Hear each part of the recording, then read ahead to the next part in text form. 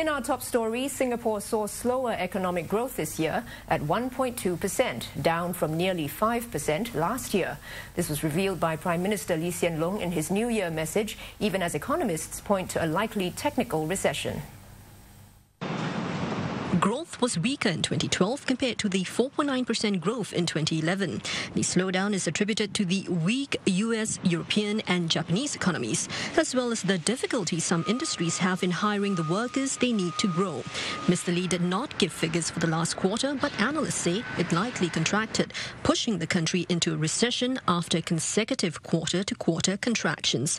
Q3 contracted 5.9%. The numbers that we've seen of 1.2% growth in 2012 is reflecting a very weak second half, and it looks like the Q4 number will signal a technical recession, which means 2 quarters of negative growth. And this is particularly because of the weakness of the manufacturing exports, which have been hit by the EU recession and moderation in growth in China this year. The overall growth projection for 2013 is 1 to 3%.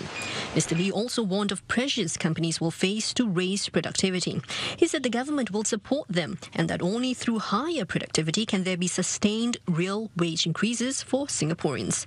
Mr. Lee pointed to one long-term initiative launched in 2012, the Our Singapore Conversation. This involves Singaporeans coming together to forge a shared vision for the future.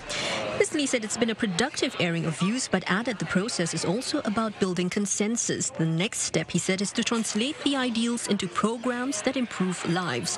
One issue where consensus needs to be forged is population. Fundamentally, Mr. Lee said it's about maintaining a strong Singaporean core, but there are also practical concerns to prevent the population from aging and shrinking, for example, and to keep the economy competitive. Now, through the course of the Singapore Conversation, some Singaporeans have expressed the desire for the country to focus less on material aspirations and more on values of inclusiveness and graciousness.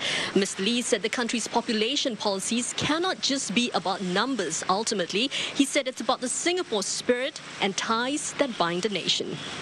And perhaps in reference to scandals involving some high-ranking civil servants, Mr. Lee said Singapore needs capable and committed leaders who uphold high standards of integrity and set good examples. This is so they have the moral authority to lead the nation.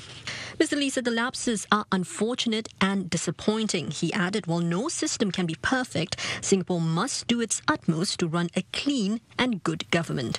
This means investigating wrongdoing thoroughly and putting things right decisively and openly.